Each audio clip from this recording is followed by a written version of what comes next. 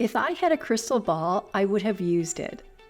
I would have used it that time in Colorado when I slid into a tree, breaking my arm in 3 places and dislocating my shoulder.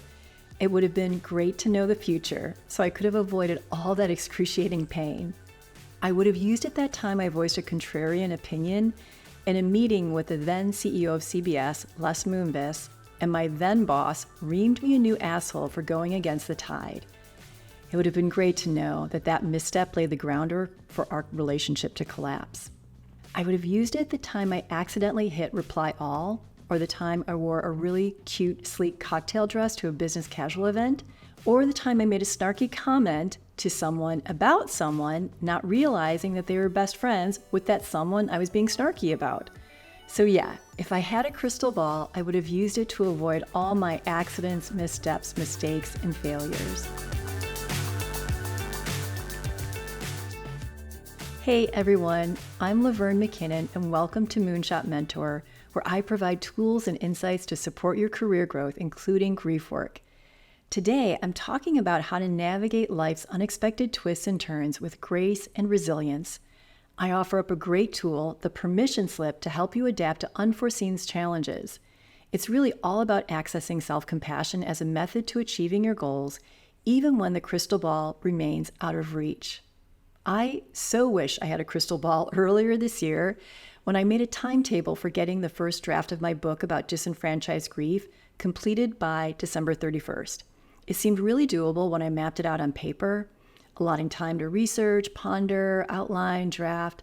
I even accounted for the time I thought I was going to be out producing my first movie and wouldn't be able to write. I shared my timetable with a few friends because I'm someone who values saying what I do and doing what I say. It's a kind of North Star that holds me accountable. But each time I say I'm going to do something and then I don't do it, boy, do I beat myself up. I'm like an asshole NFL coach who screams so hard at his player, spittle comes out of his mouth while he throws his headset on the ground and stomps around having a temper tantrum. I am that vicious and unforgiving. So I felt this asshole coach energy rear its mean gremlin head when I recently realized I was not going to meet my first draft deadline. As I started to process the failure, check out last week's blog to find out more, the asshole gremlin started screaming, "No excuses, no excuses, no excuses." But I held my own with the gremlin and I worked through processing my failure in these 3 steps. Number 1, I left judgment at the door. Number 2, I assessed the situation in which the misstep occurred by identifying the steps required to succeed. And then 3, I worked through these steps methodically to determine where things fell apart and where the growth opportunity lied. Very simply, and in super broad strokes, the steps required for me to write my book. Have an idea that I'm passionate about that fills a need. Check. Carve out time in my calendar to research, outline, and write the book. Check. Conduct research. In fairness, this step was broken down into a lot of smaller steps, but for today's purposes, I'm just going to say check. Outline and actually write the book. Okay, no check here. So what happened? I have to go back to the second step of scheduling time. This is where things fell apart. Time is a critical resource, and it became limited because of several unexpected events. I was spending an inordinate amount of time dealing with our insurance company over damage that was done to our home from those really severe wind and rainstorms early 2023. As a result of the insurance company challenges, I spent time coordinating inspections and forensics engineers and various experts who needed to inspect our property. Then my little dog Rue had health issues. On a positive note, our youngest daughter joined the Mammoth ski team. That process required time to visit the lodge, conduct research on equipment rentals and lodging for the winter season, filling out applications, et cetera, et cetera. And then to put a cherry on top of a tonnage of unexpected events, I experienced technical issues and a steep learning curve while updating my website and onboarding a new customer relationship management tool. Not only were each of these things time-consuming, they also took a toll on my mental and emotional health. I needed time to rest and recover. So yeah, if I had a crystal ball and knew what the future held, I would have mapped out my book writing timetable a little differently, or a lot. I know I'm not alone in forgetting to account for the unexpected. I lead an accountability group and this very topic arises all the time. Here are some examples of the unexpected. The goal is to shoot a short film. The unexpected is the videographer gets COVID the day before production. The goal is to get a promotion within 2 years. The unexpected is your boss leaves the company and you lose your advocate. The goal is to pitch your project to Netflix. And this happens to me all the time. The unexpected is a change to their creative mandate and they no longer want to hear the idea. The hard truth is that when we're in the process of achieving a goal, events that we don't anticipate will happen. Things rarely go as planned. A tool that I found to help with this problem is the permission slip. A permission slip grants authorization for something out of the ordinary to occur. Remember when you were in middle school and your parents signed a permission slip for you to go on a field trip? So very fun. When I work with clients and we're mapping on a strategic plan to achieve a goal, we break it down into small, measurable steps. The smaller the better, so the client feels at least 80% confident that it's achievable.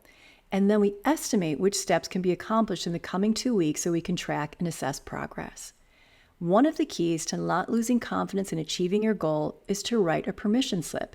It's to literally say it's okay to not work on the tasks in the designated time slots when certain events happen. For example, a doctor's appointment or a family commitment. Here's a pro tip. Put commitments into your calendar so you can use it as a tool for time management while goal setting.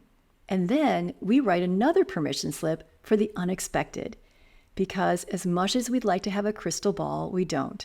Unavoidable events are going to pop up that impact our ability to complete a task. Acknowledging the unexpected requires the creation of breathing room. This means that your timetable to achieving a goal is not so rigid and so tight that there's no room for grace. Now, women and overachievers especially suffer when they miss self-imposed deadlines or step outside of their routines or structures.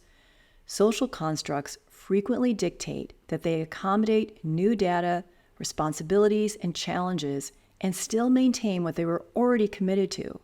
Trying to balance the expected along with the unexpected stretches them too thin and they lose steam and confidence. So here's the bottom line. I know you'd use a crystal ball too if you could predict the future and avoid being stretched too thin, making mistakes, and failing. Since that's not possible, use the next best thing, a permission slip. It allows you to plan for both the expected and the unexpected. Granting yourself grace allows you to show up for whatever is important in the moment with your focus, talent, and passion. And that's a really, really good thing. Okay, time for some journal prompts. What goal or task are you working on over the next 2 weeks? What do you anticipate might arise that would slow or stop you from completing the task? What accommodations do you need to make to still complete the task? Or maybe you need to move the timeline. Will you write yourself a permission slip, granting yourself grace if the unexpected arises in the next 2 weeks that changes your timeline? I'd love to hear your thoughts, so please drop me a comment. If you enjoy what you hear, please subscribe. Your subscription helps me continue to provide tools and insights to support your career growth, including the importance of grief work. Want to work with me? I offer private coaching sessions as well as in-person and virtual group work. So you can reach out at lavernmckinnon.com and we can set up a time to talk and you get a complimentary consultation. I will see you next week.